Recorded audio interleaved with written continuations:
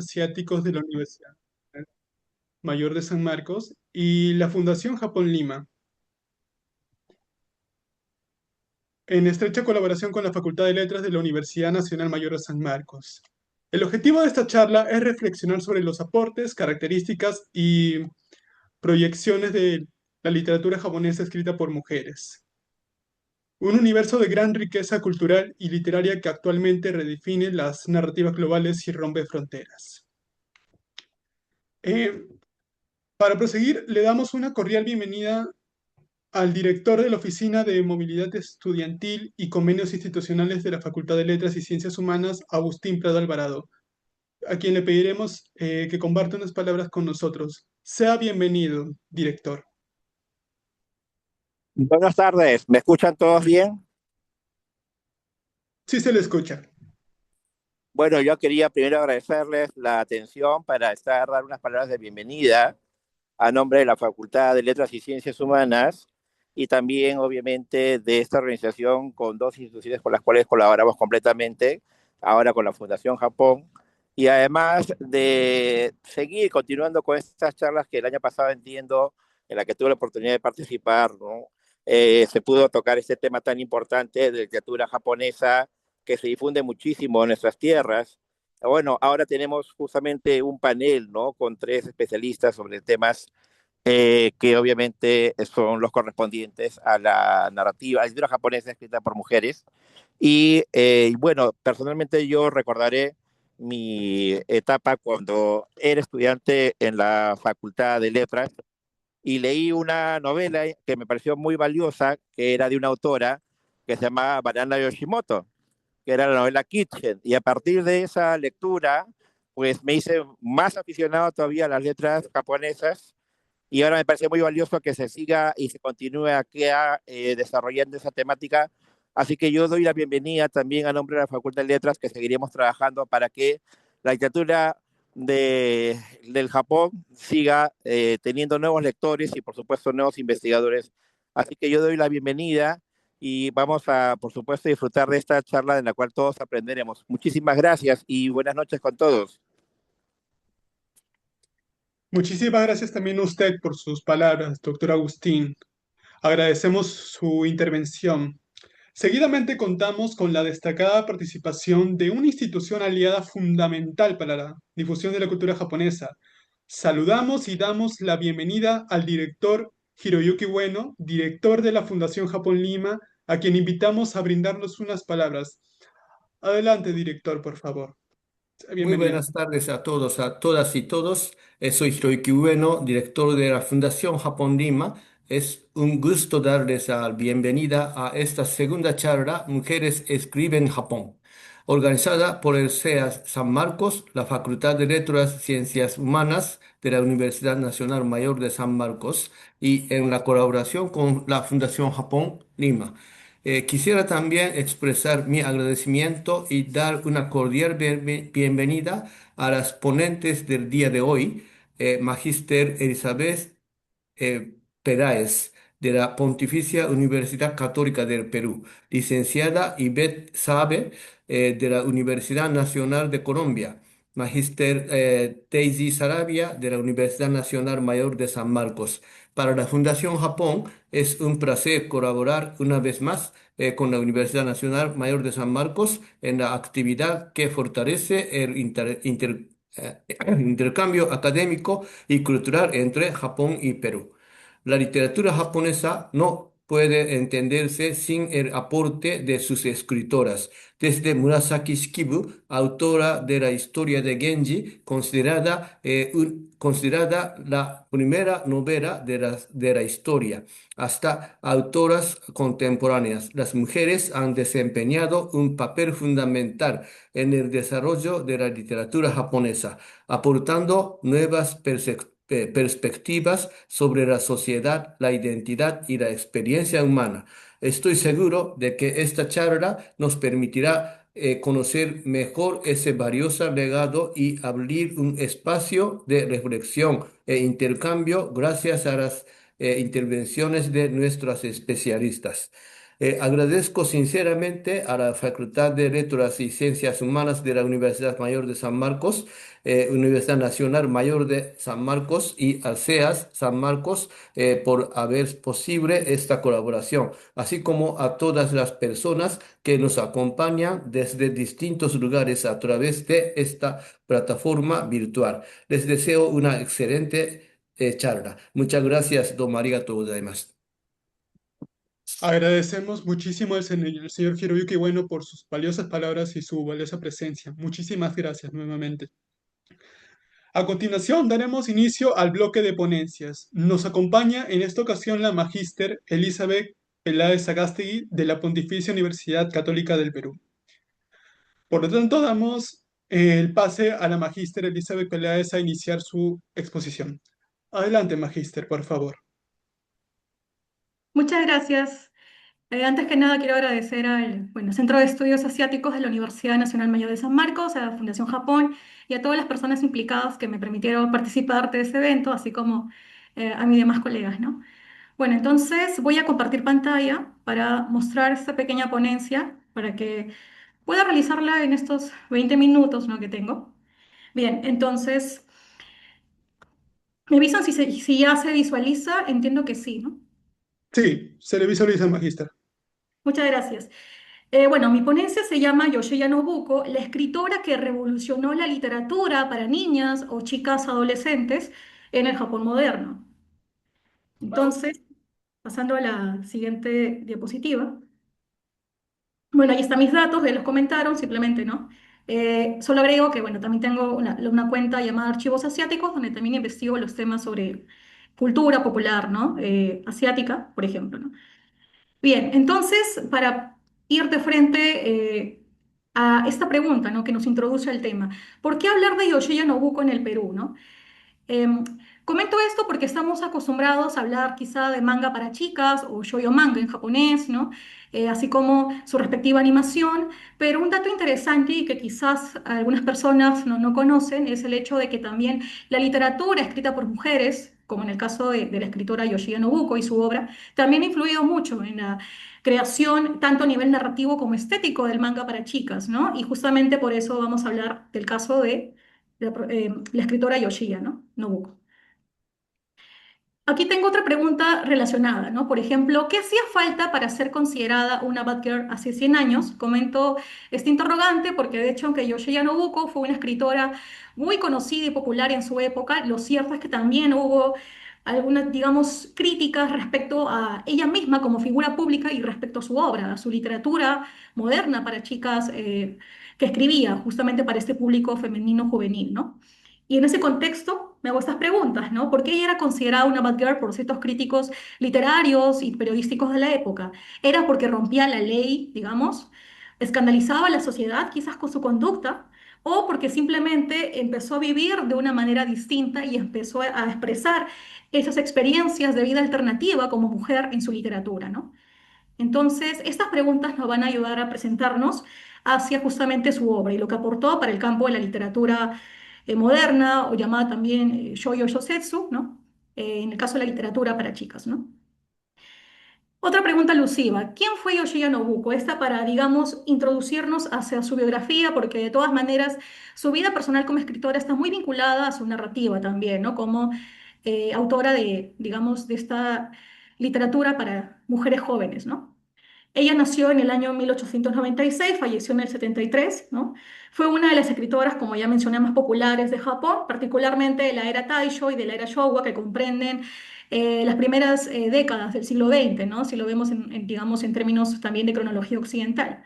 Además, es considerada una de las fundadoras, ya mencioné, de la literatura shoujo, y publicó decenas de novelas serializadas, relatos, ensayos, como muchos escritores de, digamos, de inicios del siglo XX, sea en Europa, sea en Latinoamérica y en el caso de Japón, los llamados escritores de la literatura modernista o moderna, en ese campo, en ese contexto también se escribe Yoshida, porque ella también publicó relatos o historias por entregas publicadas semanalmente, ¿no? Por ejemplo, en periódicos de la época, y también ensayos, ¿no? Muy poco se habla también de los ensayos o crónicas que ella tuvo, donde también habla de sus viajes como mujer independiente hacia diversas partes del mundo, ¿no? También comentaré un poco de ello, porque ello también tiene que ver con su narrativa como escritora, ¿no?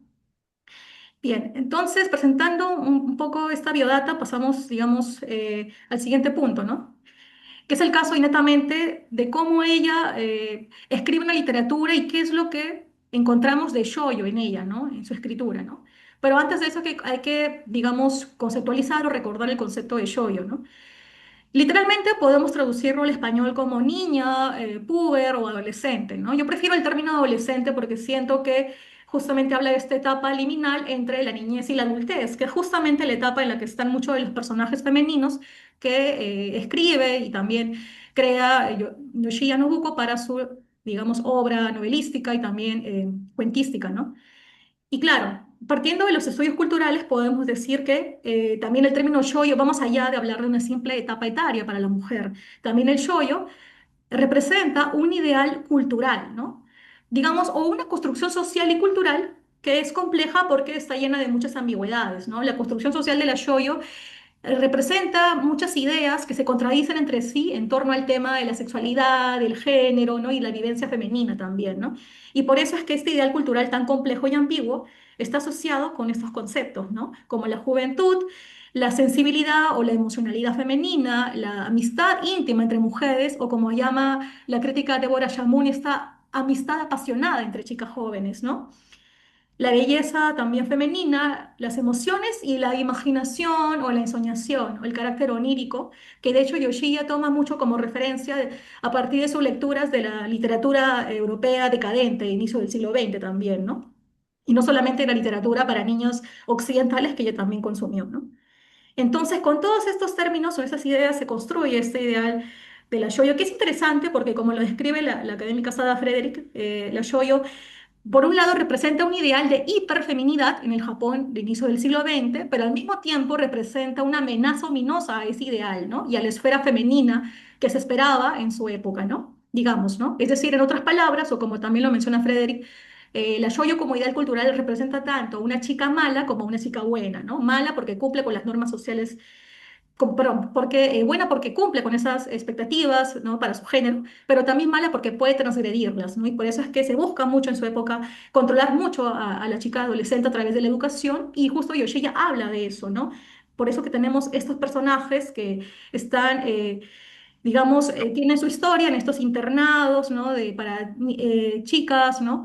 Japonesas que están en estas escuelas cristianas y que tienen que estar, digamos, bajo la vigilancia de la escuela, pero al mismo tiempo buscan en ese contexto ellas construir su espacio para la imaginación y para la amistad y para las relaciones afectivas entre mujeres, que es lo que plantea Yoshige en su obra, ¿no? Entonces, uy, hay un audio, hay que saber. Bueno, volviendo al PDF, ¿no? ¿Por qué Yoshiya era considerada, otra vez repito, una bad girl, pero ya hablando también de ella como figura pública, como persona, ¿no?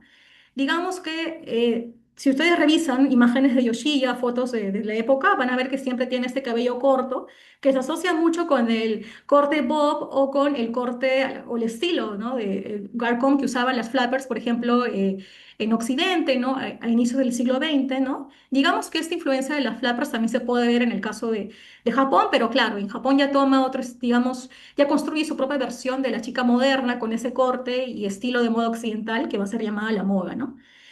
Y también Yoshiya no solo tenía un corte de cabello corto al estilo de las flappers, también vestía mucho al estilo occidental, habitaba una casa con estilo arquitectónico occidental europeo también. Y además también era una mujer que destacaba por su independencia económica, ¿no? Que era algo que para la época era muy, digamos, no era tan visible o tan común de apreciar en una figura pública como ella, ya que muchas mujeres o, digamos, como en su caso, ella viajaba sola, ¿no? Por Asia o por Europa, pero sin depender del dinero de su familia y tampoco del dinero del esposo, porque tampoco estaba casada, ¿no? Con ningún hombre. Entonces, destacaba por eso, ¿no? Una mujer con independencia económica que además era escritora y popular, ¿no? Claro, también era una escritora profesional y digamos que si bien habían críticas a su estilo de escritura, básicamente ella, digamos, podía batir esta censura cuando seguía los códigos de la literatura escrita para mujeres de inicio del siglo XX, ¿no? En el caso de Japón, mientras, digamos, se centraba en las amistades apasionadas, hablaba del amor espiritual entre mujeres, lo cual era, digamos, considerado como admisible, porque se entendía que las muchachas, ¿no? Podían tener una amistad apasionada en este contexto homosocial de los internados, mientras no tuvieran un romance heterosexual, ¿no? Todo estaba consentido y ella usaba eso para reflejar ello en su escritura, ¿no?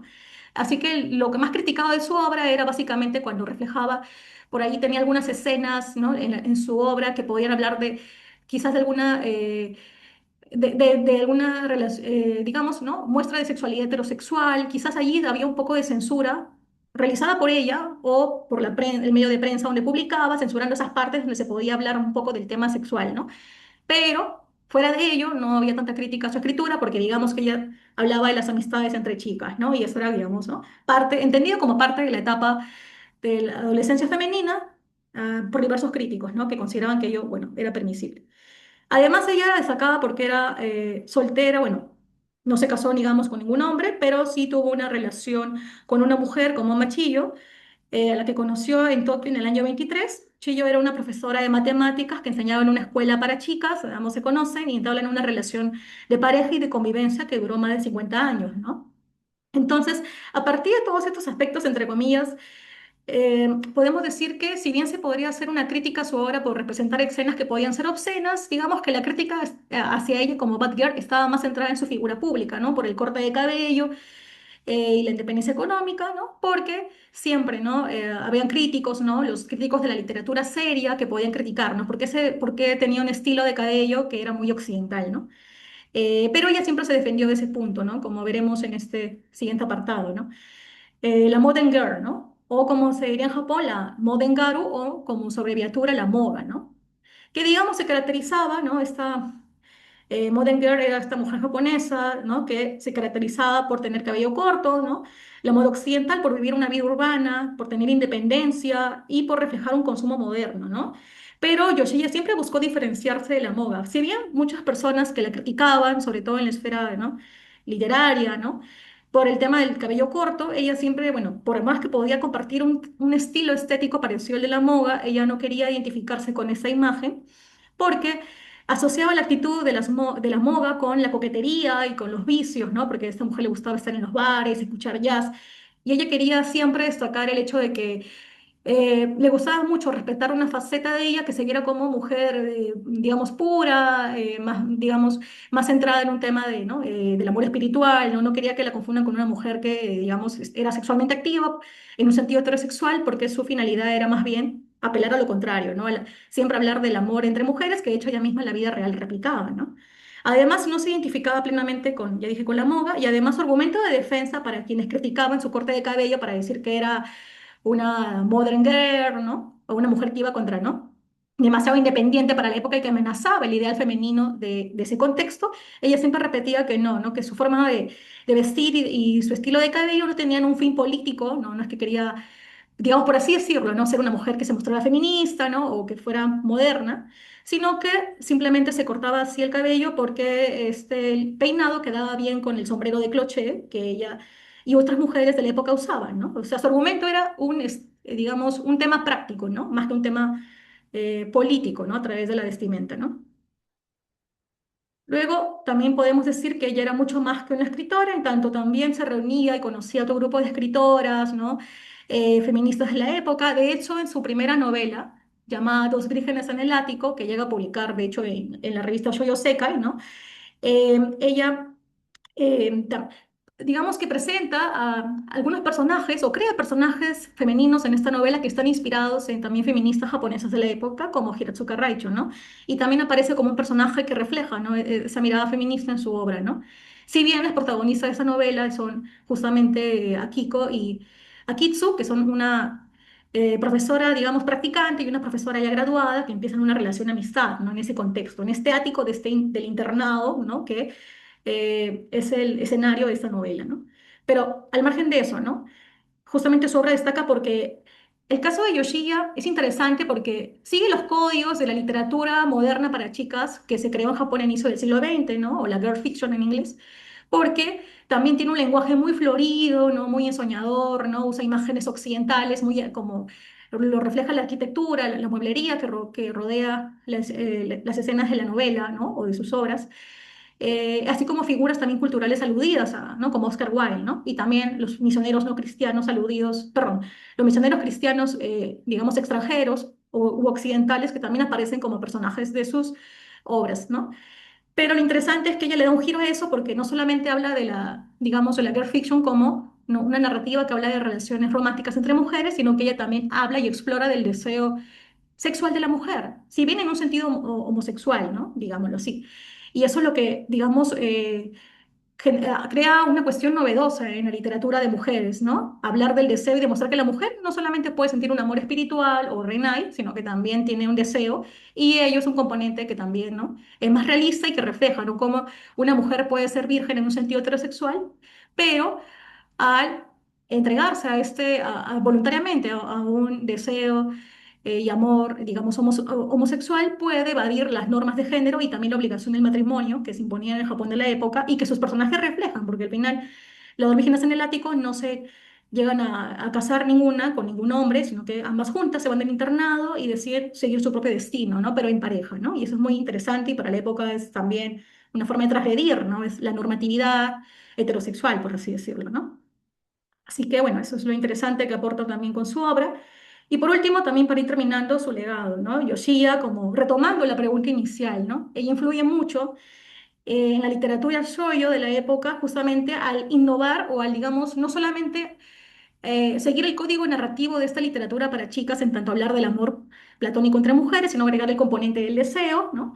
Y además muchos aspectos de su narrativa y de su estética, de su ¿no? literatura van a influir en el manga, ¿no? Por ejemplo, el lenguaje florido, súper romántico, ¿no?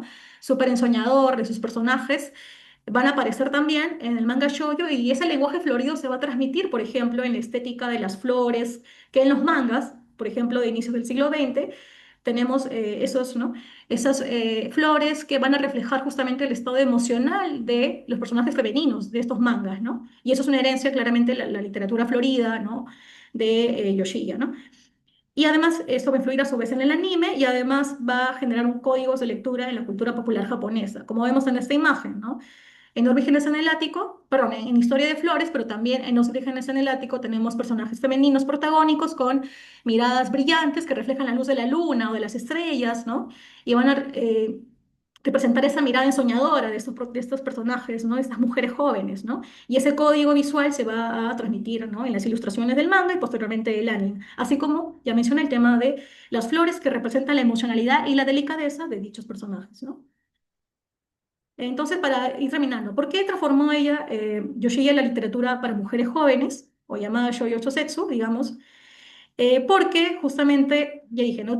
Trae el componente de, digamos, transgredir, ¿no? O crear personajes que transgreden de manera sutil o silenciosa las normas de género al entregarse a un amor, digamos, homosexual, pero que además resalta la virginidad y la bondad, ¿no? Lo espiritual, pero también el componente del deseo de sus personajes, ¿no? Creando una relación y además una comunidad homosocial entre mujeres. Además, porque ella cuestionó los modelos tradicionales de la feminidad con sus personajes, ¿no? Pero también con su propia vida, ¿no? Al vivir de manera incluso pública, porque todo el mundo en la época conocía que ella tenía una relación, ¿no? homosexual con Moma Chiyo, incluso hablaba de sus crónicas y se tomaba fotos públicas con ella, con su pareja.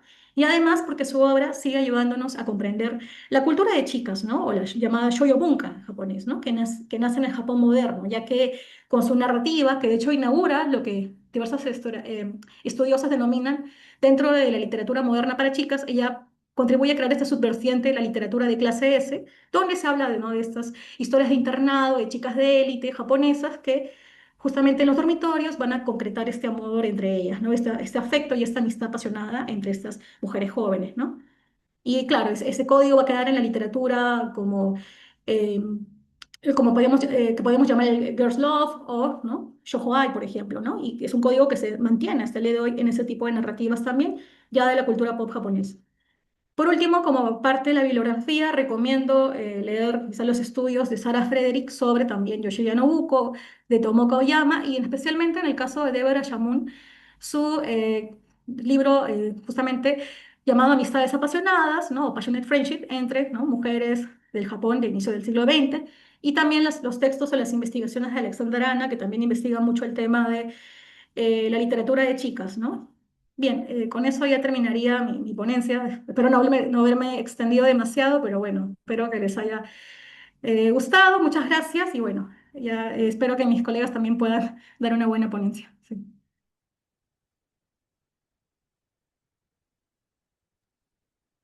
Agradecemos a Elizabeth por su interesante exposición. Está dentro del tiempo, ponente. No se preocupe, Magíster. Está todo bien. Muchas gracias, más bien. Y continuamos con la participación de la licenciada Ivette Sapp, de la Universidad Nacional de Colombia. Invitamos a la Magíster Ivette Sapp a presentar su ponencia. Muchas gracias y adelante, ponente, por favor.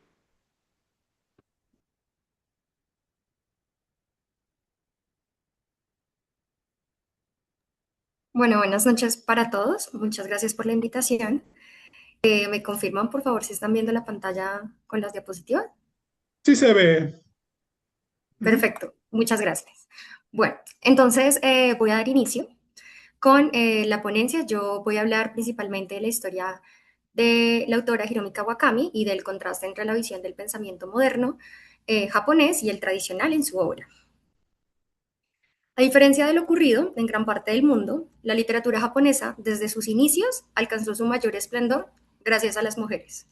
Al hablar de autores clásicos de la literatura japonesa, lo correcto sería hablar de autoras.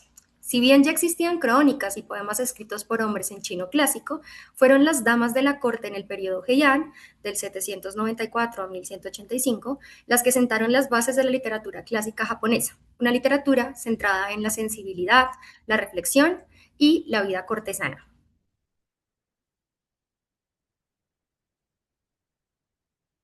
De esta tradición surgieron clásicos como los que ya mencionaron antes, el relato de Genji, de Murasaki Shikubo, el libro de la almohada, de Sei Shonagon y los diarios de Izumi Shikubo.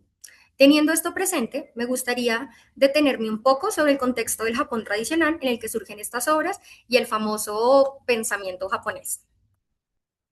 El pensamiento japonés no ha sido siempre el mismo, sino que se ha formado a lo largo de los siglos gracias a la influencia de distintas creencias, culturas y acontecimientos históricos. En sus orígenes, los habitantes de Japón creían que los elementos de la naturaleza poseían un espíritu, una visión que dio lugar al shintoísmo, la religión tradicional japonesa. Con el tiempo, esa religión también se vinculó al poder del emperador y a la organización política del país. Pero a partir del siglo V, el contacto con China y Corea incorporó el taoísmo, el confucianismo y el budismo, configurando una cosmovisión caracterizada por el sentido comunitario, la jerarquía, la autoridad vinculada a lo espiritual y el respeto por la naturaleza. Ahora bien, es importante entender que Japón permaneció aislado del mundo durante más de 2 siglos y medio, unos 265 años, hasta que la apertura iniciada en 1854 culminó con la restauración Meiji en 1868. Esto transformó profundamente la sociedad japonesa y dio inicio a un proceso acelerado de modernización. La apertura al mundo occidental impulsó la abolición del feudalismo, la industrialización y las profundas reformas políticas, económicas y sociales. Tras la Segunda Guerra Mundial, estas transformaciones se consolidaron con la eliminación del carácter divino del emperador y de la religión del Estado. Como resultado, surgió un debate permanente entre tradición y modernidad, el neotradicionalismo. Este pensamiento se caracteriza por el ultranacionalismo y la búsqueda de la identidad contemporánea del país en relación a Occidente, conciliando la identidad japonesa con las influencias occidentales, mientras el pensamiento moderno incorporó valores como el individualismo, la libertad, los derechos y el universalismo. El pensamiento tradicional continuó privilegiando la comunidad sobre el individuo. Pierre Lavelle señala que la occidentalización va acompañada del interrogante sobre la originalidad y la universalidad del pensamiento japonés contemporáneo. Es así que sus habitantes tienen una inminente preocupación por definir y entender la identidad nacional. Entonces, lo que podemos determinar como el pensamiento moderno japonés consiste en una fuerte relación y asimilación con las ideas provenientes de Occidente, un arraigo del individualismo en contraposición al sentido comunitario, de la fortaleza de la libertad en contraposición a la autoridad, de la búsqueda de la felicidad propia, de los derechos ante los deberes, del materialismo y sobre todo de la preocupación del universalismo ante el nacionalismo. De este modo, la identidad japonesa contemporánea se ha construido a partir del equilibrio entre la preservación de sus tradiciones y la asimilación de la modernidad. Ahora, ustedes estarán preguntando, bueno, y todo este contexto ladrilludo, ¿por qué es importante en una charla sobre escritoras japonesas? Pero tranquilos, no se aburran que todo tiene un punto.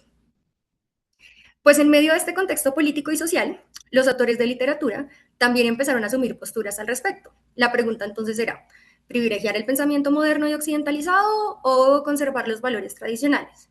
Y es aquí donde sí debo decir autores, pues tras la restauración Meiji, las voces de los hombres fueron apareciendo y tomando fuerza. No por ello han desaparecido las voces femeninas de la literatura japonesa, sino que se han transformado y han mutado. Es justo por eso que vale la pena este tipo de espacios de discusión en el que podemos hablar de autoras que siguen escribiendo después del periodo clásico. Entre ellas, me interesa llamar la atención sobre Hiromi Kawakami. Hiromi Kawakami es una de las escritoras contemporáneas más leídas en Japón. En la actualidad cuenta con 11 publicaciones traducidas al español y otras que desafortunadamente pues, no han llegado al español. Entre ellas encontramos principalmente cuentos y novelas, aunque también escribió un poco de poesía no traducida. Entre sus obras más destacadas, publicó en 2001 Sensei no Kawan, la cual traduce El maletín del maestro, la cual fue galardonada con el premio Tanizaki en 2009. Sin embargo, en español se conoce bajo el título de El cielo es azul, la tierra blanca, una historia de amor. Ha sido editada por diferentes editoriales como Acantirado, Alfaguara, De Bolsillo y bueno, se pueden encontrar diferentes ediciones. Como su título lo indica, la novela de Kawakami, a grandes rasgos, cuenta la historia de amor entre Tsukiko Omachi y su maestro de secundaria, Harutsuna Matsumoto. Un día normal, Tsukiko, ya entrada en la edad adulta, encuentra a su maestro japonés de la secundaria en una taberna que ambos solían frecuentar. Estos personajes se encuentran sumergidos en la soledad y por ello desarrollan una amistad a partir de encuentros espontáneos que poco a poco se transforman en algo más.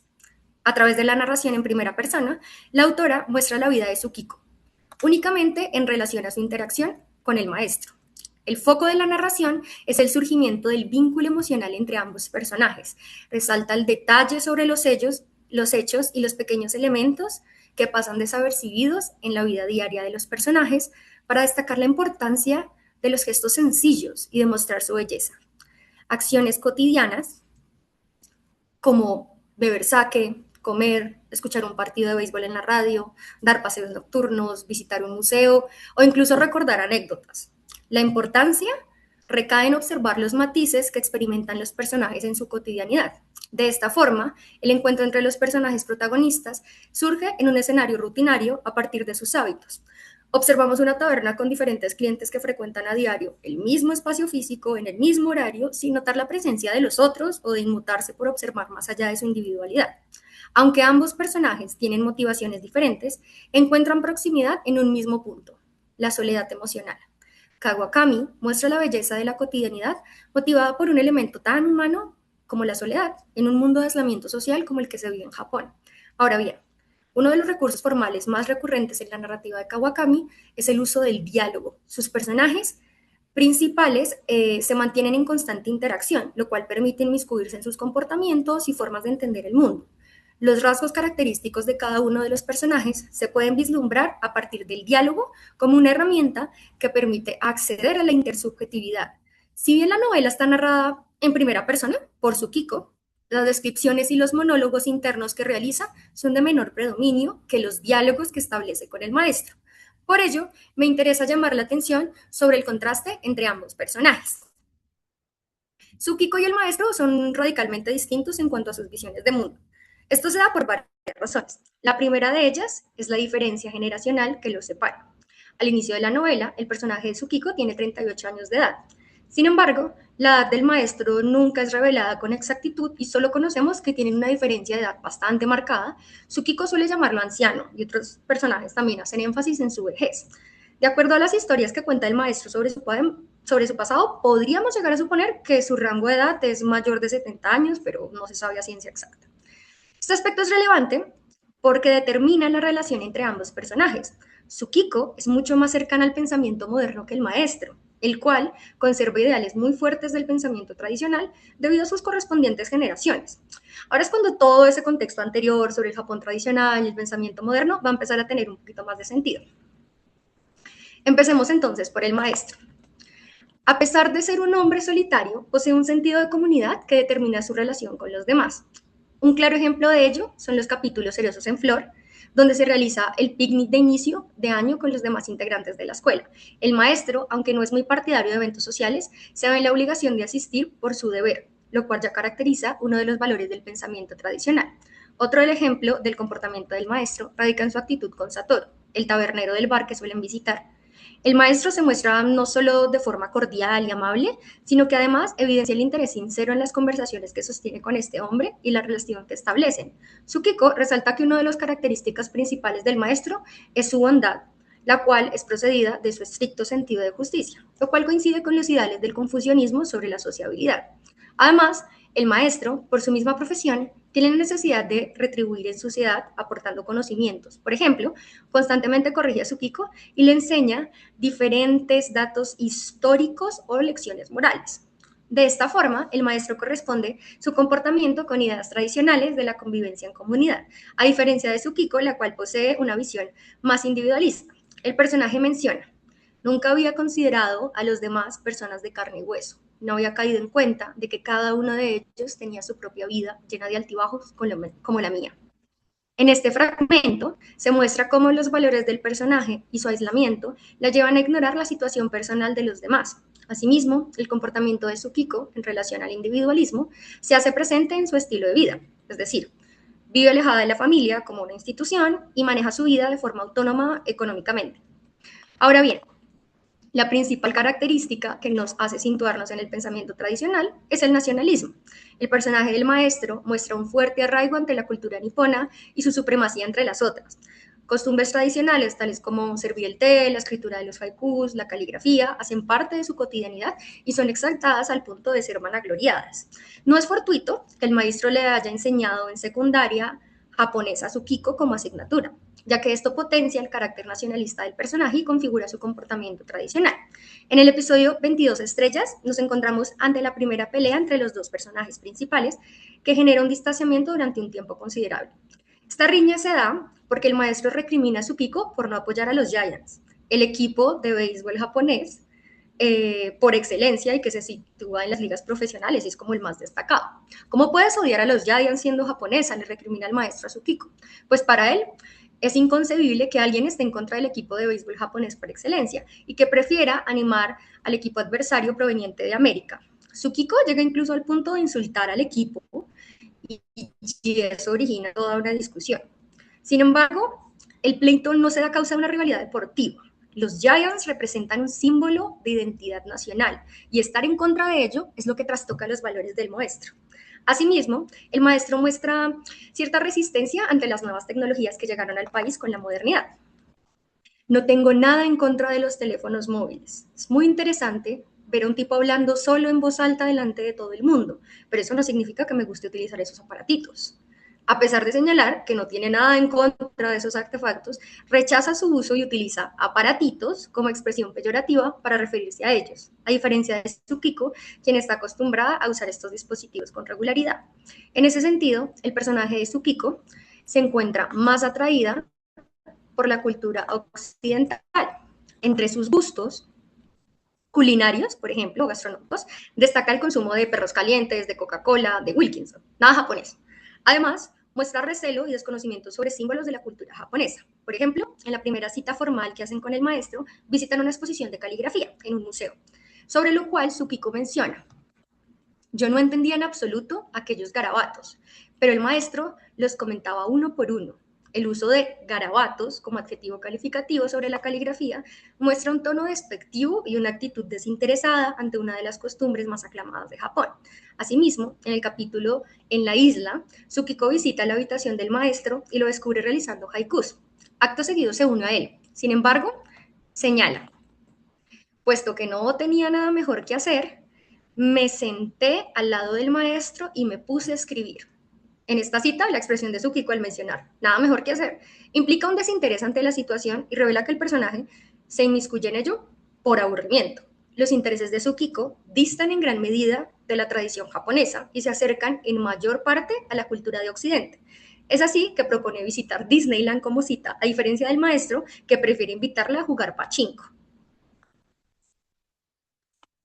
Además, los intereses literarios de ambos personajes son completamente distantes. Los gustos del maestro corresponden a autores clásicos de la literatura japonesa, tales como Matsuo Basho, Heiken Ushida, Heikaku Iraku, y a lecturas como Heike Monogatari, de la que hablamos al inicio.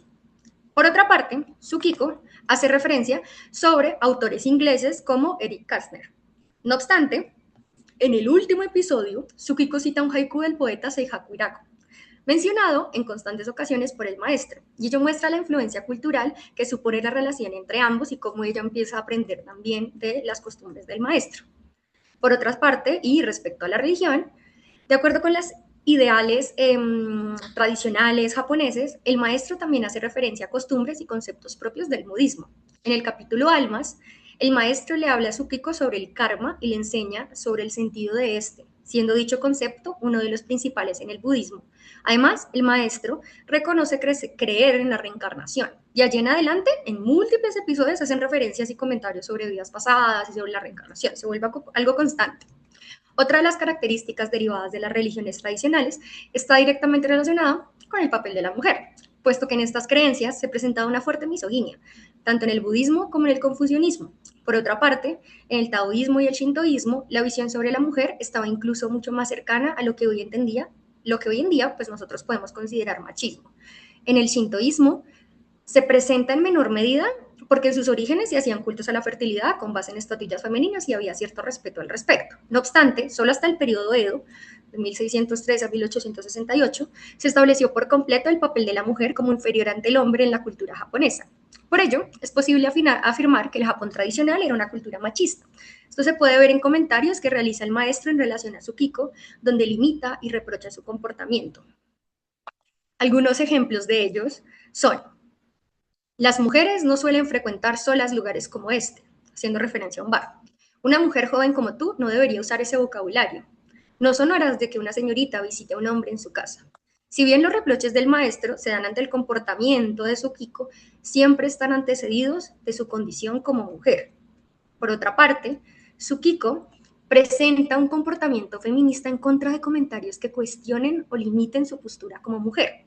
A propósito de uno de sus exnovios, Tsukiko menciona que cocinar nunca ha sido mi especialidad. Aunque se me hubiera dado bien, no era partidaria de cocinar para que él se llevara la comida al trabajo, ni de ir a su casa para preparársela, ni de invitarlo a cenar un menú casero. Tsukiko se distancia de las labores del hogar que han sido asociadas con la mujer y rechaza la idea de identificarse con esta ideología. No solo admite no realizar esta acción, sino que añade un condicional con aunque que reitera su postura. Esto lo podemos observar al inicio de la novela, cuando es cuestionada por su forma de servir la bebida. Un compañero de trabajo me dijo que mi forma de servir la bebida no tenía ningún encanto. La palabra encanto me pareció poco adecuada, y el comentario también, porque presuponía que las mujeres teníamos la obligación de servir las bebidas con gracia. En esta cita, de nuevo el personaje se opone a la idea de encasillar a la mujer en determinadas labores, en este caso, ambas asociadas a la cocina y el comportamiento femenino como un sinónimo de algo delicado. El cuestionamiento ante estas ideas preconcebidas nos sitúan en el marco de un comportamiento en esencia moderno. Tsukiko se muestra como un personaje consciente de sus derechos y de su libertad, en búsqueda del bienestar propio. En esta misma medida, también podemos ver el carácter irreverente de Tsukiko al responder ante los comentarios constantes del maestro. Cogí la botella de sake y llené de nuevo mi taza. Las mujeres no deben servirse ellas mismas, me regañó el maestro. Se te está chapada la antigua, le respondí. Prefiero ser un anticuado que un antisistema, refunfuñó, evidentemente el maestro. Aquí observamos que el comportamiento de Tsukiko va en contra de las normas que rigen al maestro y asimismo es capaz de reprocharle de vuelta por su comentario e igual a su postura en oposición al maestro. Esta escena se repite durante toda la obra, en donde Tsukiko siempre responde al maestro llevándole la contraria y con una expresión en contra de la suya. Uno de los principales reproches del maestro es sobre la forma de beber y comer de Tsukiko, lo cual hace parte de la cultura ritual tradicional que regula esos comportamientos. Ya para finalizar, Tsukiko es la protagonista de la obra, no solo porque Kawakami sea una autora mujer contemporánea o porque la novela se escriba en un contexto más cercano al pensamiento moderno, sino porque su experiencia como mujer permite poner en tensión los valores tradicionales y modernos que atraviesan la sociedad japonesa. A través de ella se cuestionan los roles de género, la autoridad masculina y las normas heredadas de la tradición. mientras que el maestro encarna buena parte de esos valores, por el otro lado. Es precisamente el diálogo entre ambos personajes el que convierte la novela en una reflexión sobre la convivencia entre dos formas distintas de entender el mundo. Esto no representa una barrera o un conflicto irremediable entre los personajes, sino que por el contrario, posibilita la evolución de la relación entre ambos a partir de sus diferencias y permite que amplíen un panorama cultural. El maestro al final acepta ir a Disneyland y llora viendo a Mickey Mouse. También empieza a usar teléfono móvil y descubre que le gusta la gaseosa Wilkinson. A su vez, Tsukiko comienza a leer literatura tradicional japonesa y a interesarse más en las costumbres clásicas que le enseña el maestro. La relación entre Tsukiko y el maestro supone, en teoría, los ideales neotradicionales que buscan conciliar la tradición y la modernidad. Sin embargo, ninguno de los personajes corresponde en realidad a esta categoría por completo. La relación entre Tsukiko y el maestro pone en evidencia las diferencias latentes que existen entre los personajes y dicha relación es muestra de la pluralidad de posturas existentes en Japón. Para el personaje de Tsukiko es imposible separarse por completo de su tradición, al igual que el personaje del maestro debe convivir en una sociedad moderna, por norma general. Tradición y modernidad coexisten armónicamente en un mismo escenario. El cielo es azul, la tierra blanca, una historia de amor. Mi invitación hoy es a seguir descubriendo a Kawakami y al resto de escritoras japonesas que no dejan de sorprendernos desde los tiempos remotos de las damas de la corte heian. Seguir sus voces es mantener viva la llama de una sensibilidad que nos enseña que el corazón humano sigue siendo profundo y misterioso. Encontremos nuestras voces en las palabras de otras que, como nosotras, habitan este cielo azul y esta tierra blanca. Muchas gracias. Dejo como final las referencias que utilicé por si les son de ayuda a alguna persona. Con eso finalizo mi ponencia. Muchas gracias.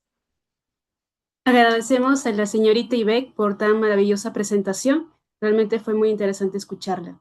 A continuación, contamos con la participación de la magíster Daisy Saravia de la Universidad Nacional Mayor de San Marcos. Le invitamos a comenzar su presentación a la magíster Daisy Saravia.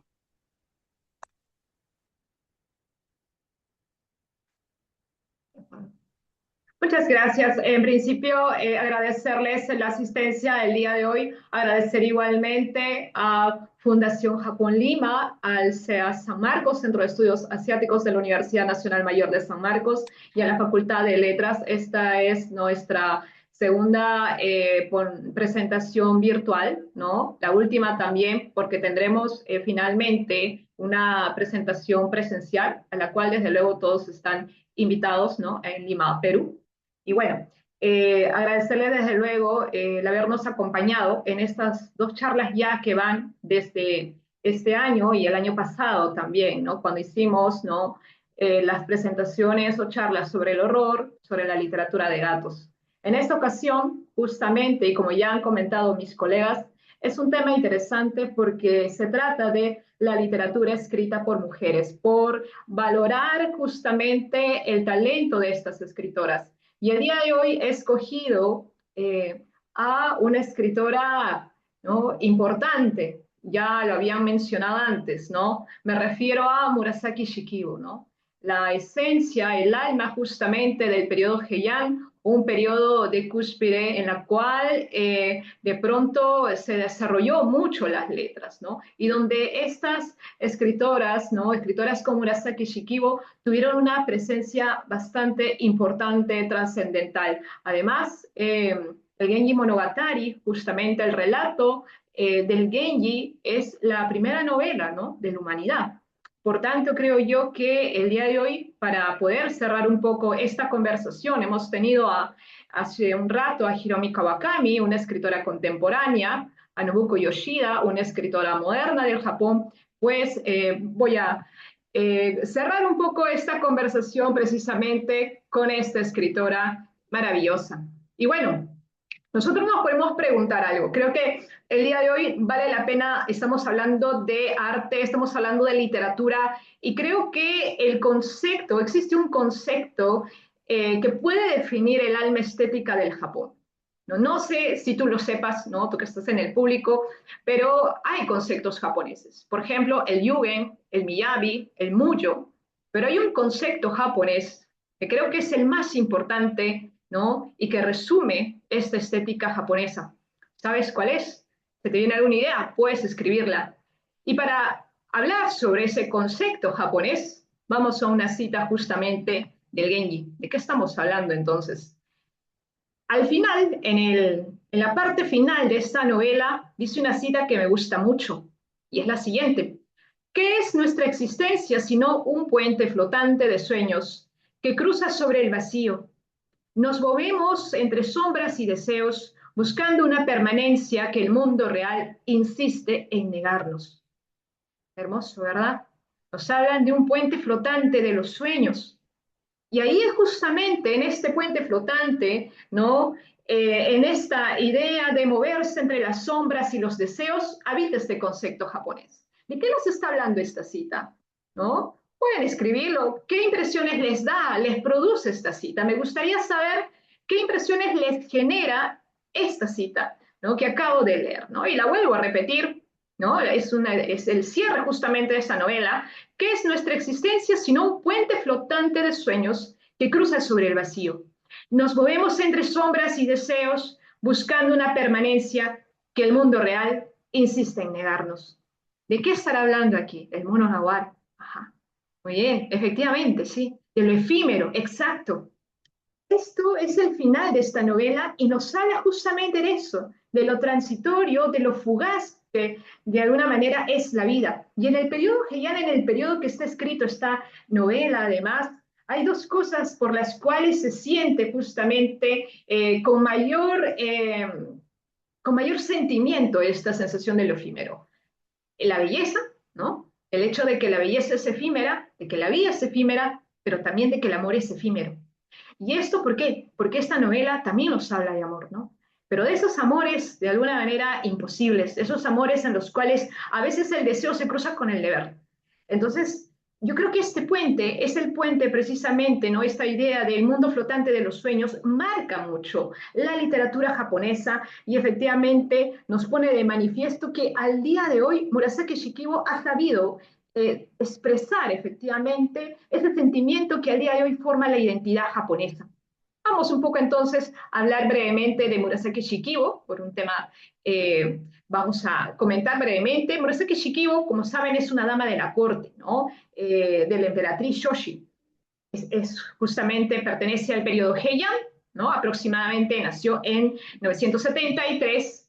Su padre además fue un erudito de literatura china, Fujiwara no Tametoki, y de él, de hecho, aprende a escribir en chino, algo que esto no sucedía, ¿no? Ya lo habían comentado también anteriormente, el carácter justamente de estas damas de la corte es especial porque son muy cultas, ¿no? Y porque logran acceder de pronto a una educación que en ese momento se prohibía o no se permitía. Por eso ella sabía leer chino clásico, por ejemplo, algo, digamos, poco común para la época. Ya entonces nos adentramos a esta obra y encontramos a un personaje particular, ¿no? Que supo condensar justamente elementos, ¿no? de su época, de una manera magistral, desde luego, ¿no? ¿Qué más podemos hablar de Genji Monogatari? Antes de pasar a eso, recordarán que hay otra obra junto a Genji Monogatari que es muy popular en este periodo. Me refiero al libro de la almohada, ¿no? Haruo Shirane, justamente él mencionaba que tanto el libro de la almohada como el Genji Monogatari emergen de la misma cultura cortesana, obviamente, ¿no? Es escrito por mujeres, además. Y en esta cultura cortesana lo importante es la gran agudeza, habilidad estética y también la capacidad de responder poéticamente a cada situación. Entonces, estamos ante una obra donde la belleza salta a la vista, donde la sensibilidad va a estar presente desde luego. Esta novela está ambientada en la corte imperial, desde luego. Tiene una estética refinada, justamente lo comentamos, y así como dice Haruo Shirane, efectivamente hay esta sensibilidad también. Pero vamos a contar un poco de qué trata el Genji Monogatari brevemente, ¿no? Más que todo por el tiempo, y tomando de ejemplo justamente el capítulo 1, Kiritsubo. ¿De qué trata el capítulo 1, Kiritsubo? Trata justamente sobre la madre del Genji, ¿no? Esta es una historia muy interesante, ¿no? De amor, porque Kirixubo es una cortesana muy querida por el emperador, tan querida que suscita celos, suscita envidias, y eso hace de alguna manera que ella caiga enferma, ¿no? Digamos que sufre maltrato por parte de las otras damas de la corte. El mundo que nos pinta Murasaki Shikibu es un mundo en el cual hay mucha rigidez social, hay muchas jerarquías y también hay muchas pasiones, ¿no? Las pasiones están a flor de piel. Cuando Kirixubo fallece, ¿no? Está a punto de fallecer, lo que notamos aquí en el emperador son emociones que saltan a la vista, ¿no? ¿Qué dice justamente el emperador? ¿Cómo expresa esta emoción frente al amor? Dice lo siguiente: el emperador estaba desesperado y en su corazón, voy a minimizar, y en su corazón de amante el recuerdo de pasadas alegrías se mezclaba con los peores augurios sobre el futuro que les esperaba. Fíjense eso, ¿no? Eso de en su corazón de amante, dice, el recuerdo de pasadas alegrías se mezclaban con los peores augurios sobre el futuro que les esperaba. Lloraba como el caño de una fuente y le juró 1000 veces amor eterno sin obtener respuesta. ¿Vivía aún o ya había muerto aquella figuría pálida y extenuada que parecía ajena a cuanto pasaba a su alrededor? Esta novela, ¿no? Es muy emocional. Este hombre, ¿no? Este emperador se ve aquí, Murasaki Shikibu lo plasma, ¿no? Tiene todos estos sentimientos de tristeza, de desesperación porque va a perder a su ser amado, ¿no?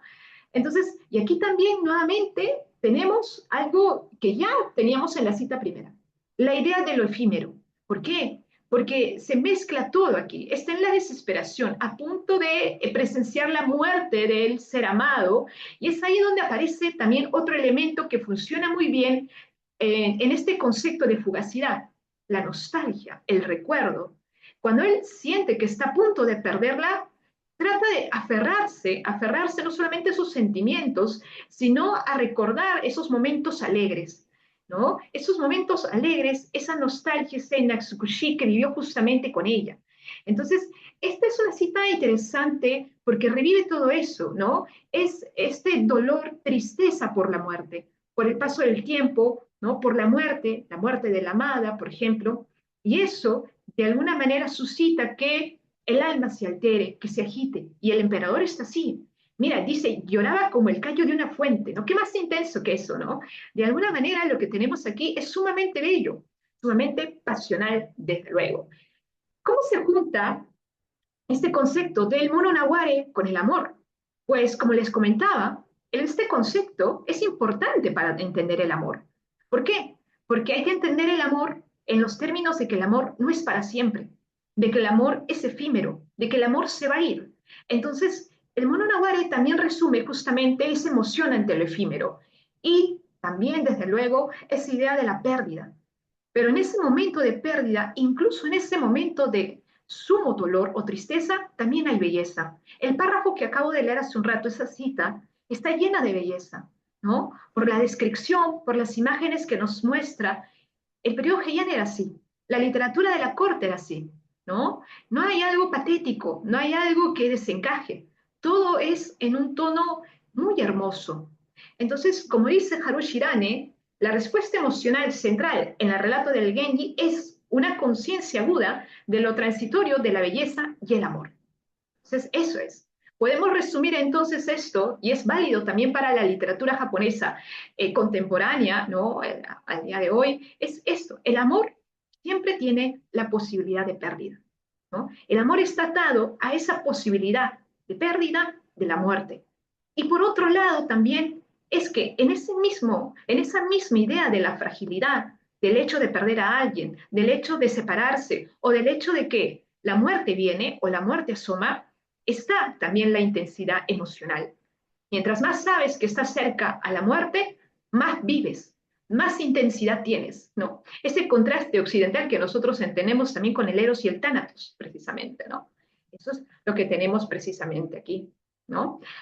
De todo tal que aquí vale entender ese concepto, pero además entender que debido a los celos y a la envidia que nos muestra la trama inicial con la madre del Genji, el amor aparece como fuente de sufrimiento. Primero, como fuente de sufrimiento. ¿Por qué? Porque las emociones del emperador generan caos, desestabiliza todo, y eso porque no se respetaron las jerarquías. Digamos que Kirixubo fue víctima justamente de eso. Pero también hay pasión, lo vemos por todos lados, ¿no? La pasión del emperador, por ejemplo, ¿no? Que no se va, que se mantiene y que se continúa incluso para su hijo, el príncipe Genji. Y por otro lado también el conflicto político, porque sí es cierto, esta obra también no solamente habla de sentimientos, sino también de pronto de la estructura social en la que se mueve justamente, ¿no?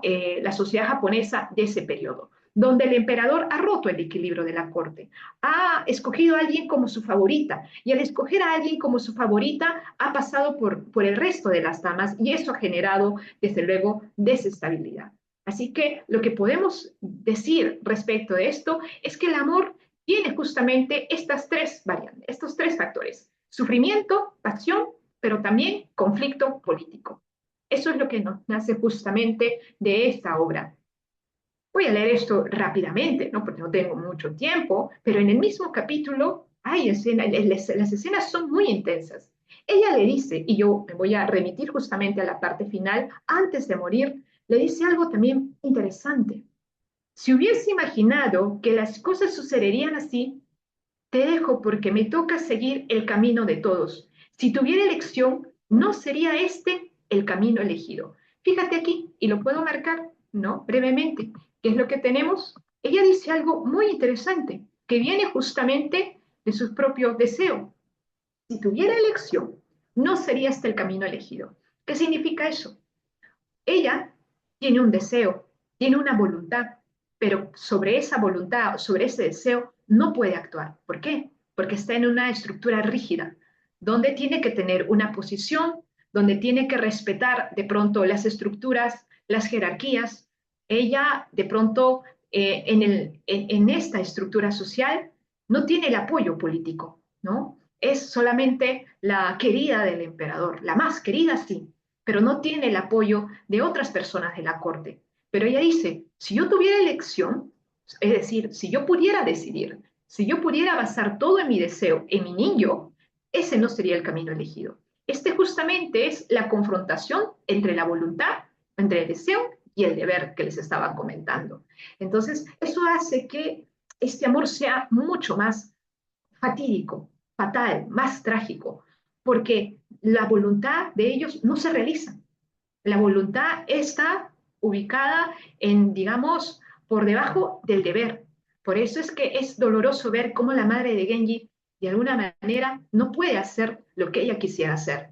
En ese sentido, y nuevamente retomando justamente a esta idea, lo que vemos aquí es efectivamente, en este primer capítulo del Genji Monogatari, vemos un emperador enamorado, eso desde luego, vemos los celos, vemos la envidia, desde luego de las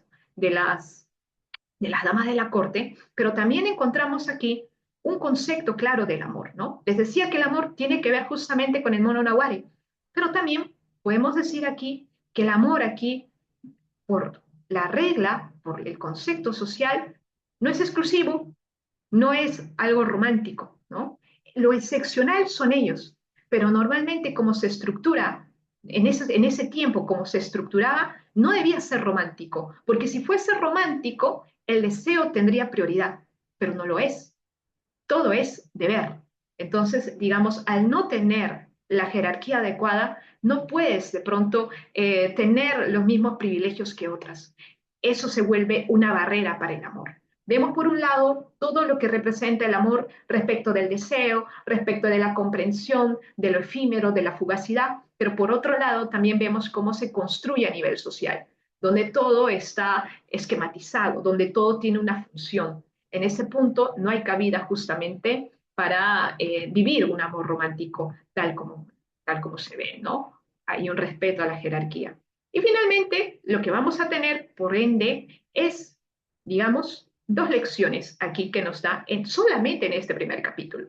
La primera, lo que ya vimos, la lección de la impermanencia. Desde las primeras líneas nos están hablando de la fugacidad de la vida, justamente, ¿no? ¿Por qué? Porque el primer capítulo nos habla de la muerte de alguien, de la muerte de la amada del emperador, de la muerte justamente de la mamá de Genji. Es un suceso trágico que marca de pronto la novela y que marca desde luego los acontecimientos futuros.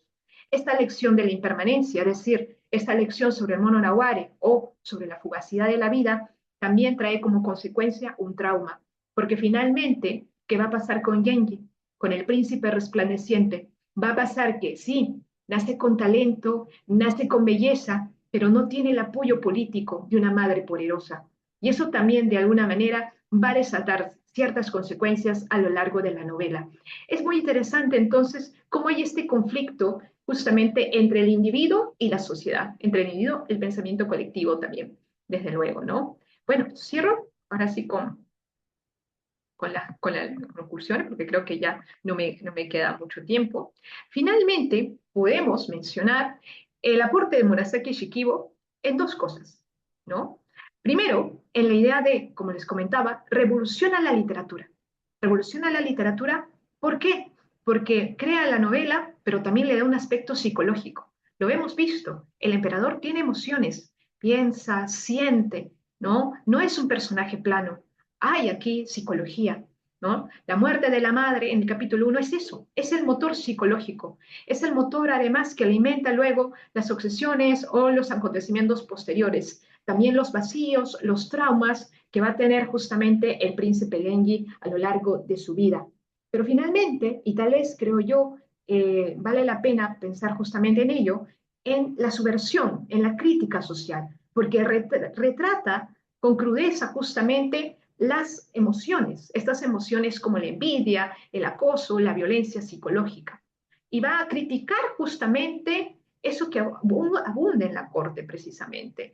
Y también en ese sentido va a denunciar esta vulnerabilidad femenina, ¿no? Frente también a un sistema que, ¿no? Para la época, ¿no? Era desde luego patriarcal, era también poligámico, ¿no? Porque se basaba justamente en esta idea, ¿no? De un emperador con sus damas de la corte y eso generaba desde luego la competitividad, ¿no? Finalmente, para cerrar, ¿no? Quisiera destacar justamente el aporte de Murasaki Shikibu.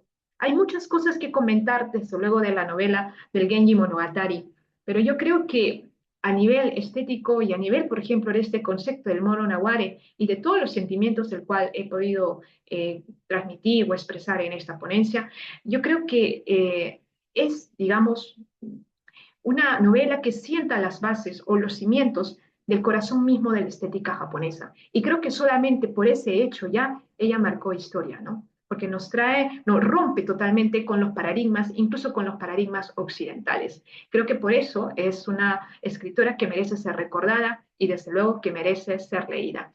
Muchas gracias por su atención. Espero que les haya gustado mi presentación. Agradecemos a Daisy por su exposición. Ha sido un gusto total poder escucharte. Muchas gracias, al igual que Elizabeth e Ivette. Así como también estamos muy agradecidos por todos los asistentes que han estado presentes el día de hoy, conectados de diversas partes del mundo. Esto es posible también gracias a ustedes, en serio. Muchas gracias por estar aquí. Realmente se valora muchísimo su entusiasmo e interés por asistir a este evento. En esa línea abriremos un breve espacio para sus preguntas, sus dudas, sus consultas. Así que pueden escribir por el chat o levantar la mano para proceder a formular sus consultas para las ponentes con toda la confianza. Adelante, por favor. Pueden escribirnos o levantar la mano, como prefieran.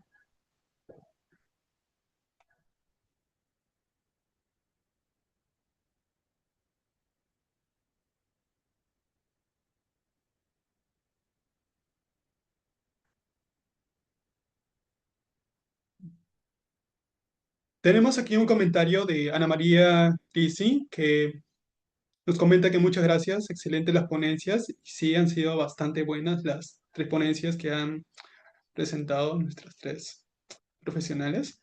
Ha sido bastante bueno.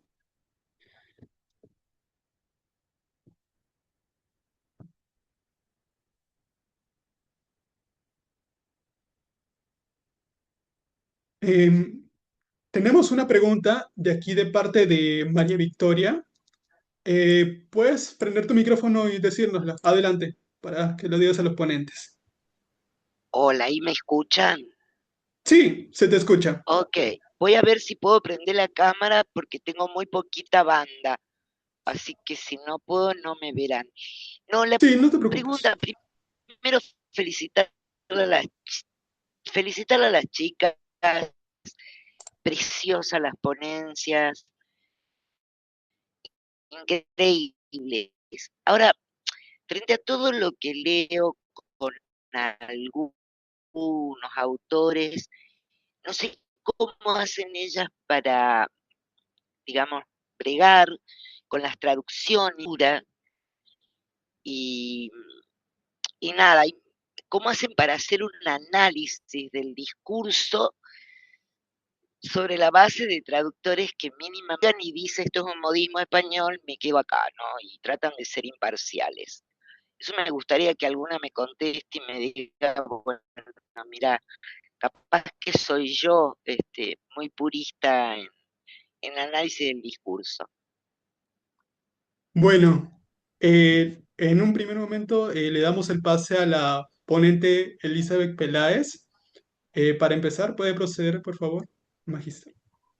Sí, muchas gracias. Claro, es complicado porque la mayoría de los trabajos académicos que analizan los estudios o análisis, ¿no? de escritoras japonesas, sean modernas o contemporáneas o premodernas, digamos, sí suelen estar en inglés, eso es cierto, reviso mucho en inglés, pero en mi caso, claro, como estudiante de literatura, por ejemplo, al menos en el caso de la literatura moderna escrita por mujeres, lo que hago es una comparación o digamos ver vínculos, por ejemplo, entre la escritura de las mujeres o feministas occidentales o en todo caso latinoamericanas y veo ciertos rasgos en común, ¿no? Porque, por ejemplo, ¿no? Eh, muchas escritoras o mujeres de prensa del siglo XX, ¿no? Para poder empezar a escribir a inicio de esta época, pues usaron muchas estrategias narrativas. En el caso de Yoshiya, ella usa, digamos, como menciona Sarah Frederick, la estrategia de no escribir sobre personajes femeninos rebeldes en un sentido muy occidental o moderno, ¿no? No son, digamos, chicas punks de la época, sino que su rebeldía se da de una forma, entre comillas, sutil, porque sus personajes son súper femeninos, súper puros, súper bondadosos, ¿no? Vírgenes también en un sentido sexual, pero utilizan eso a su favor, ¿no? Porque rechazan justamente la sexualidad heterosexual, los vínculos con hombres, ¿no? Para mostrar más bien refugiarse en esa pureza, en esa hiperfeminidad, en esa hiperdelicadeza femenina, en esos supervalores femeninos aceptados en la época para construir una relación afectiva, voluntaria, pero que justamente sea homosexual, para así negarse a estos deberes que las mujeres japonesas tenían en la época, como el deber de matrimonio, por ejemplo. Y por ejemplo, en el caso de la literatura occidental, por ejemplo, de escritoras, ¿no? En el caso de Perú, de repente de Clorina Mato de Turner también tienen ese patrón, o buscan personajes que usen esos valores como la pureza moral para usarla a su favor. Por ejemplo, leyendo las obras de Clorina Mato, a partir de los estudios de Ludmer sobre las tetras del débil, de esa lectura podríamos decir que las mujeres, ya sea en Occidente o en Japón, usan, ¿no? los valores de la feminidad aceptada para su favor, para jugar, ¿no? Para, digamos, mostrarse como mujeres buenas, pero que en realidad usan esos recursos o esos valores morales para hacer las cosas a su manera, ¿no? Por ejemplo, ¿no? Como las chicas de la obra de Bucco, ¿no? Sí, son mujeres que aparentan ser vírgenes y así como que las instituciones de la iglesia o del colegio misionero donde están estos personajes no ven su actitud como peligrosa en un sentido social, pero ellas en su mundo interno, en su ático, en su dormitorio de chicas, ya practican el deseo y el amor, digamos, homosocial, y en ese sentido expresan una forma de vida que ya es alternativa, es, ¿no? En tanto a temas de género y sexualidad, que es propia, ¿no? Que les hace felices o de alguna forma que les permita escapar de esos mandatos de género, ¿no? Muy tradicionales. Yo lo diría así, ¿no? Ujú, Bien, muchas gracias a la ponente. Podemos ujú. proseguir con la ponente Ivette eh, con Pero, su perdón, respuesta. Disculpe, Magíster disculpe. Elizabeth, Ujú. eh, eh, yo me refería perdón, eh, ok, no, está bien, eh, no, yo me refería específicamente al análisis que se hace, por ejemplo, de los adjetivos, Magíster, usted que decía que tiene un lenguaje tan, eh, usa términos tan suaves, genial, ¿cómo hacemos modismos para saber que ese adjetivo que me tradujo un español es el adjetivo que quiso poner esa persona en japonés. A eso voy. ¿Cómo lo logran? Porque en mi cabeza no lo... ¿Se entendió? Hablo...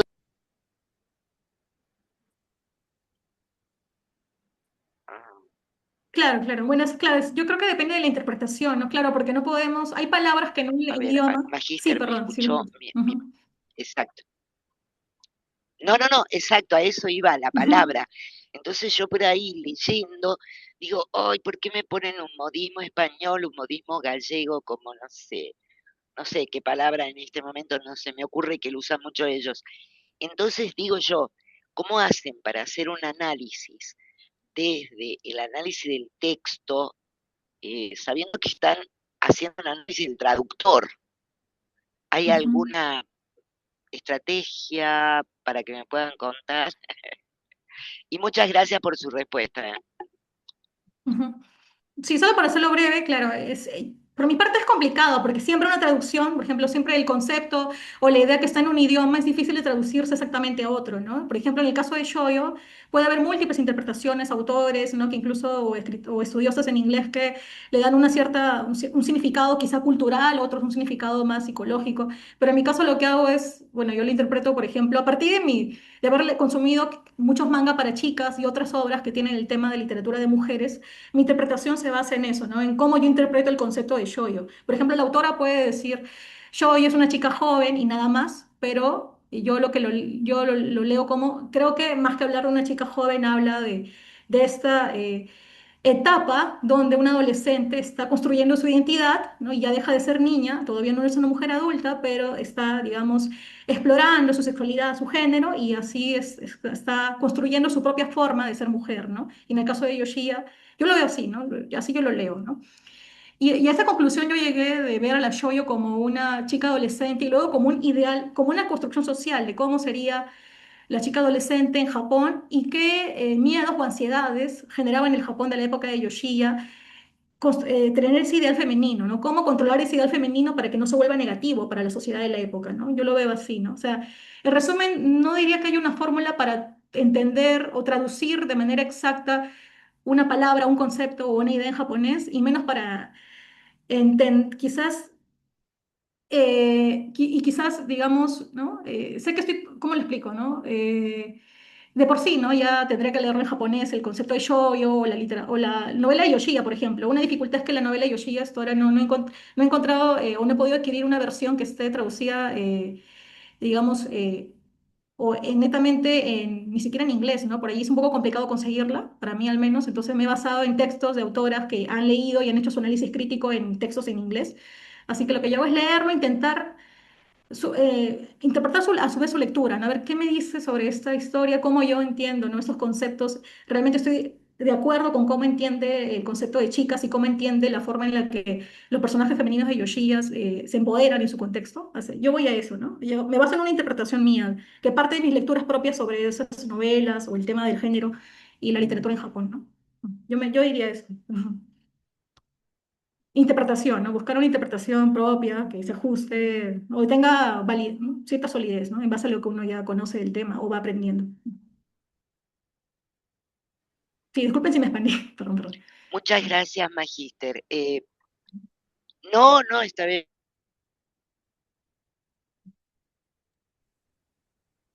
Bien, en este caso procedemos a la siguiente mensaje, la siguiente pregunta, y es un comentario de Marisol Castillo, y es si nos pueden recomendar algunas autoras japonesas actuales.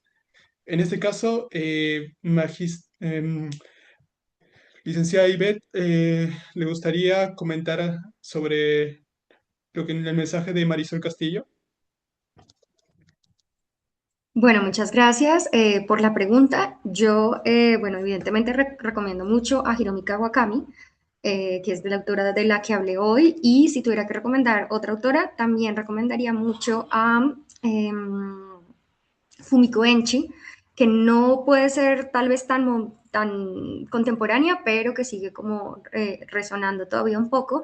Y adicional a eso, pues bueno, quiero invitarlos como visitar la publicación en Instagram que realizamos con las demás ponentes, en el cual hay un poco algunas reseñas pequeñas de diferentes obras de diferentes periodos, de tal manera que puedan familiarizarse un poquito más, entender un poquito más de cada uno de los libros y bueno, escoger entre estas propuestas. Hay más o menos unos 15 libros para que ustedes puedan leer en la publicación y adentrarse más en el mundo de la escritura de mujeres japonesas.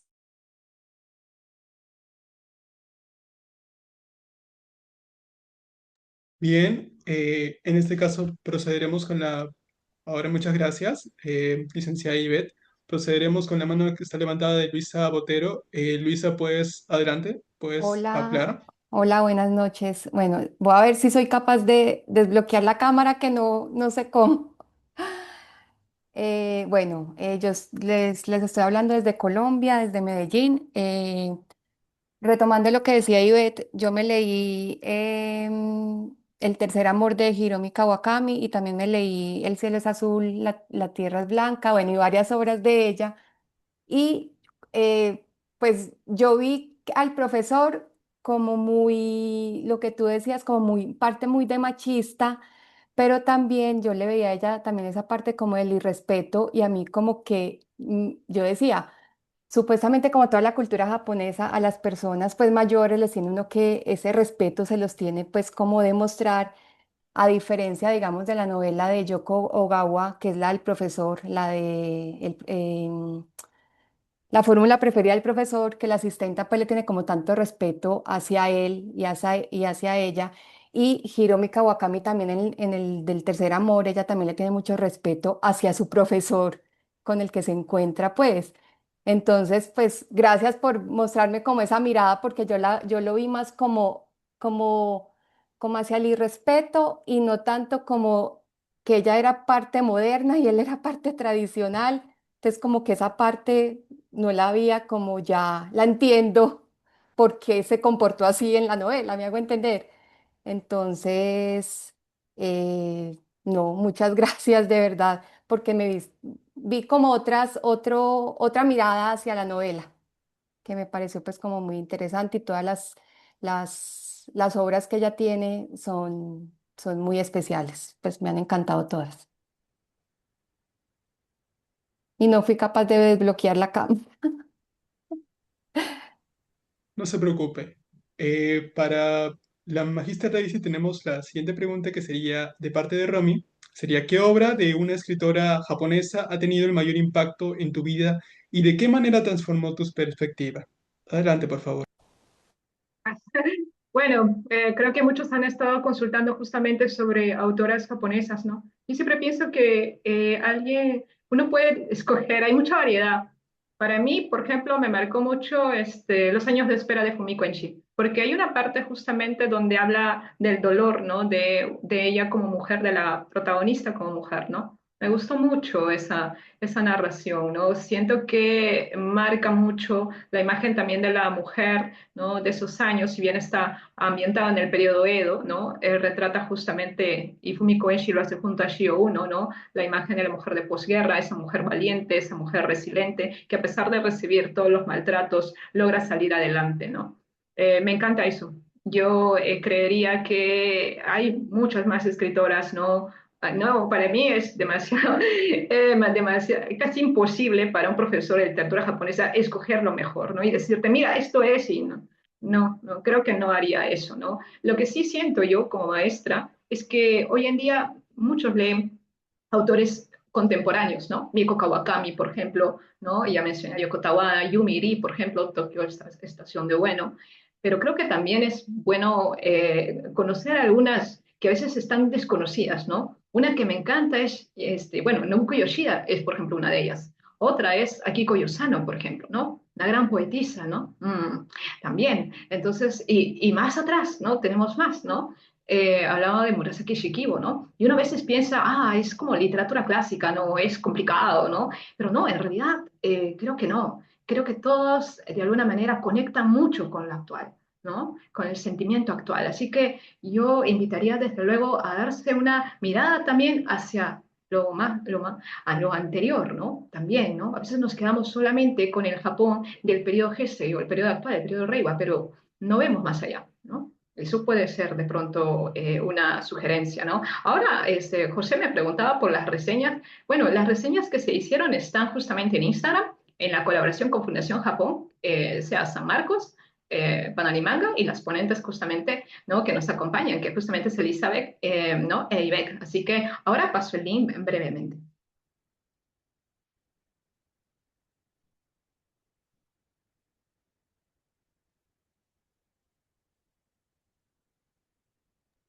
Tenemos una mano levantada de parte de Ale Palomares Barrios. Adelante, por favor. Muchas gracias. Digo, a lo mejor la respuesta va a ser muy obvia, pero aún así quiero hacer la pregunta. ¿Por qué será que se ha dado este boom de interés por las escritoras, o sea, por mujeres escritoras? No, no, bueno, creo que no es solo en Japón, pero en este caso que estamos hablando de escritoras japonesas, ¿por qué se ha dado ese interés tan, pues yo diría impetuoso, ¿no? O sea, por este descubrimiento. No sé si las tres quieran contestar o alguna en particular. Me gustaría escuchar alguna opinión. Elizabeth, ¿le parece si usted le responde a Ale Palomares? Bueno, sí, claro, en mi caso, por ejemplo, yo empecé leyendo autores también hombres, ¿no? Claro, primero empecé con el clásico, ¿no? Murakami, ¿no? Pero con el tiempo me fui interesando también porque esto va relacionado con mi experiencia como también en su momento estudiante de literatura, ¿no? Siempre la literatura de mujeres estaba más invisibilizada, ¿no? Por muchos temas, ¿no? Pero ya, claro, con el tiempo también he visto, se ha dado todo este boom de literatura de mujeres. Puede ser, al menos en mi caso, porque siento que la literatura, al menos de autoras japonesas, también de otras, también no solamente de Asia, ¿no? Pero centrándome en el caso japonés, creo que el tema de hablar de los vínculos afectivos, la sensibilidad, la ternura, es un tema que está muy presente en los personajes, sean femeninos o no, pero los personajes construidos por estas autoras en sus narrativas respectivas, ¿no? Y ahora creo que es un tema muy interesante porque en este mundo donde vemos, ¿no? Estos conflictos actuales, ¿no? Tanto en un mundo donde hay muchos discursos conflictivos, ¿no? Y complicados en esta era, ¿no? Por no decir discurso de odio, pero digamos que en todo este contexto actual que vivimos, creo que he visto que muchas narrativas de mujeres, ¿no? Que sean poesía o narrativa, hablan mucho del tema de cómo la ternura puede ser una forma de resistencia frente, ¿no? A discursos que buscan justamente acabar con la ternura, la empatía y formas de sentimientos que fomentan vínculos humanos. Y creo que en ese contexto leer autoras que hablan de estos sentimientos humanos, que nos humanizan, que otra vez nos conectan, nos sensibilizan, nos conectan como comunidad, como la empatía, el amor, por ejemplo. Es una forma de, yo creo que de leer, ¿no? Literatura que empodera no solamente a las mujeres, sino que puede permitir que los seres humanos recordemos, ¿no? Lo que, estos aspectos que nos hacen otra vez, repito, humanos, ¿no? La sensibilidad, la empatía, los vínculos afectivos, los vínculos homosociales, nos permiten conectarnos y, digamos, encontrar una forma de vivir existencias humanas compartidas y también, ¿no? Que nos ayuden a todos, que sean comunitarias. Y yo creo que la literatura de mujeres habla de eso, ¿no? Al menos luego de ver las ponencias de mis compañeras, luego de ver el caso de Yoshiya Nobuko con el tema de los vínculos homosociales entre mujeres en su narrativa, leer Kamikaze Girls, donde habla también de lo mismo, ¿no? Moda, Lolita, y digo, cómo la moda conecta también personas que comparten dichas estéticas, o ver el caso de Murasaki Shikibu y la emocionalidad de sus personajes, del propio Genji, ¿no? Te das cuenta de que se repite ese patrón, ¿no? Cómo la emocionalidad y los vínculos sensibles hacen personajes que usen esa sensibilidad como forma de empoderarse, de encontrar agencia y de resistir o de alguna forma buscar oponerse a eh, roles de género que los quieren encasillar o que quieren que vivan de formas ajenas a esas sensibilidades de repente, ¿no? Esa es mi respuesta. No sé. Muchas gracias. Ujú, Coincido. ujú. Muchas gracias a las ponentes, también a las participantes con sus preguntas. Sé que hay muchas preguntas aún, pero ya nos ganó un poco el tiempo, así que vamos a pasar a la parte del cierre. Y para cerrar este evento, voy a invitar a nuestros ponentes a que nos brinden sus últimas palabras. Para ello, les proponemos reflexionar brevemente en torno al aporte de la literatura escrita por mujeres japonesas. Vamos a comenzar en el orden en que participaron cada una. Empieza, por favor, la señorita Magíster Elizabeth. Yo rescataría eso, ¿no? Justamente volver a leer literatura de mujeres me hace recordar, ¿no? ¿Por qué los vínculos, ¿no? Afectivos, amicales, la sororidad también son importantes, ¿no? Y estos personajes femeninos, escritos por esas mujeres, ¿no? O los personajes que ellas construyen en su narrativa nos ayuda justamente a recordar eso. Yo creo que nunca, no hay que olvidar que la empatía, supuestamente los sentimientos sensibles no nos hacen personas débiles. Algunos dicen, no, una mujer súper sensible, súper kawaii, súper dulce es débil, pero en realidad no. Puedes usar esa hipersensibilidad como una forma de empoderarte, como una forma de decir, soy una mujer súper sensible y emocional, y eso no impide que pueda, ¿no? Realizar las cosas que quiero hacer, eso no impide que construye ¿no? mi forma de vida de manera, ¿no? Digamos, óptima, ¿no? Yo creo que los personajes femeninos, al menos que yo he leído, tanto en la literatura clásica o en manga y anime, empezando en literatura popular contemporánea, creo que reflejan esa idea, ¿no? Yo rescato eso, ¿no? La sensibilidad femenina como una forma de resistencia y de empoderamiento, ¿no? Yo lo veo así.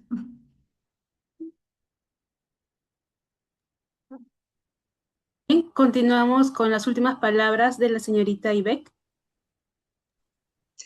Bueno, muchas gracias. Yo creo que hablar de literatura escrita por mujeres, principalmente siendo mujeres, implica reconocer nuestras voces también en otras voces que están en una cultura completamente diferente a la de nosotros, reconocer también nuestras vivencias, nuestros pensares, nuestros sentires en voces completamente ajenas a nuestro contexto actual, pero que aún así siguen conectando de alguna u otra manera, incluso para decir como yo no estoy de acuerdo, esto no es lo que yo vivo, pero para asumir una postura frente a eso, para entendernos mejor, yo creo que es muy importante, y sobre todo hablando de literatura japonesa, como mencionamos en diferentes momentos de esta charla, la literatura japonesa inició con las mujeres, digamos que el fuerte siempre fueron los pilares, fueron mujeres y eso se fue transformando a lo largo de los años, entonces creo que no hay que perder de vista eso, ¿no? Que es bastante particular en el caso de Japón, y es la literatura inició con las mujeres y actualmente pues hay un montón de voces que siguen presentes, comunicándonos un montón de cosas, y yo creo que es eso, como entender que a pesar de que es un contexto completamente distante el de nosotros y que puede que incluso culturalmente sea chocante, es reconocer otras formas de vivir siendo mujer, reconocer otras formas de encontrarnos a nosotros mismas en el mundo. Por ejemplo, en el caso de Genji Monogatari, pues el personaje es un hombre, ¿no? El personaje principal sigue siendo un hombre a pesar de que esté narrado por una mujer, que esté escrito por una mujer. Pero la sensibilidad, de acuerdo a lo que decía Elizabeth, yo creo que es algo que une y vincula todas las obras de las que hemos hablado y de las que podemos llegar en algún momento a mencionar, y es cómo mi sensibilidad se conecta con la sensibilidad de otra persona. Yo creo que es eso, tener las puertas abiertas a que nos interpele de alguna manera lo que estamos leyendo. Muchas gracias. Y por último, a la magíster Daisy Sarabia, por favor, bríndenos sus últimas palabras. Muy bien, bueno, en principio sí, de acuerdo con lo que mis compañeras han expuesto el día de hoy, yo creo que la literatura japonesa escrita por mujeres, además, como hemos visto, ha roto esquemas, ¿no? Es vanguardista. Muchas veces desde la mirada occidental tratamos de compararlo, tratar de encontrar similitudes, pero su desarrollo es diferente. Aún así, desde tiempo muy antiguo, han demostrado romper con esquemas, ¿no? Mostrando mujeres fuertes, ¿no? Esta sensibilidad de hecho se ha mencionado también, ¿no? He pensado, por ejemplo, en Murasaki Shikibu, una mujer a la cual, digamos, el acceso a la educación no le estaba permitido totalmente, ¿no? Estoy pensando también en las chicas Blue Stocking, ¿no? De inicio del siglo XX, ¿no? Se mencionó a Raichu Hiratsuka, ¿no? Elizabeth lo mencionó, ella de hecho dirigió la revista Blue Stocking, o Aoyagi, una revista, la primera revista feminista, ¿no? En el Japón. En épocas donde en Asia no se hablaba eso, no existía eso. Y yo creo que la influencia además de eso hizo que en Asia aparezca ello. ¿Cuántas escritoras coreanas o chinas no se han visto influenciadas por esta revista, por Blue Stocking? ¿No? Entonces sí, me parece genial. Y fíjense, ¿no? Hoy en día hablamos de feminismo, hoy en día hablamos de eso, y la mirada occidental a veces piensa que en Japón o en Asia no ha pasado eso, cuando en realidad desde mucho tiempo atrás ha habido críticas duras, fuertes, sobre el tema del aborto, el matrimonio, sobre la condición de género, sobre el maltrato. Entonces, yo creo que Japón nos abre las puertas precisamente a seguir reflexionando sobre ello desde la mirada, desde luego, de otra cultura, ¿no? Y en realidad creo que, al igual que mis compañeras, me alegra mucho que el día de hoy tengamos este espacio para compartir, para hablar y sobre todo para disfrutar de literatura japonesa, que creo yo es lo que nos une a todos los que estamos presentes aquí. Lo agradezco mucho. Yo creo que el hecho solamente de leer un libro ya te cambia la vida, la perspectiva de vida. Y espero que estas escritoras, cualquiera de ellas que hayas leído, de alguna manera contribuya a eso, a que cambie tu perspectiva de vida, a que te muestre otros horizontes y tal vez las respuestas a cosas que de pronto no encontrabas. Muchas gracias. Muchas gracias, maestra. Para proceder con el cierre, sinceramente agradecemos a nuestros ponentes por sus valiosas intervenciones, así como al público por su participación. De igual manera, De, queremos extender nuestro agradecimiento al Centro de Estudios Asiáticos de la Universidad Nacional Mayor de San Marcos, también a la Fundación Japón Lima y también a la Facultad de Letras de la Universidad Nacional Mayor de San Marcos. Sin ellos no sería posible este tipo de eventos. Muchas gracias. Sin más que agregar, damos por concluida la actividad. Muy buenas noches y muchas gracias por su presencia. Buenas noches. Muchas Muchas gracias. Ah, gracias. Ya. Buenas Gracias. noches. Gracias. Gracias. Chao, gracias. Gracias. Gracias. Gracias, buenas noches. Ay, ¿cómo?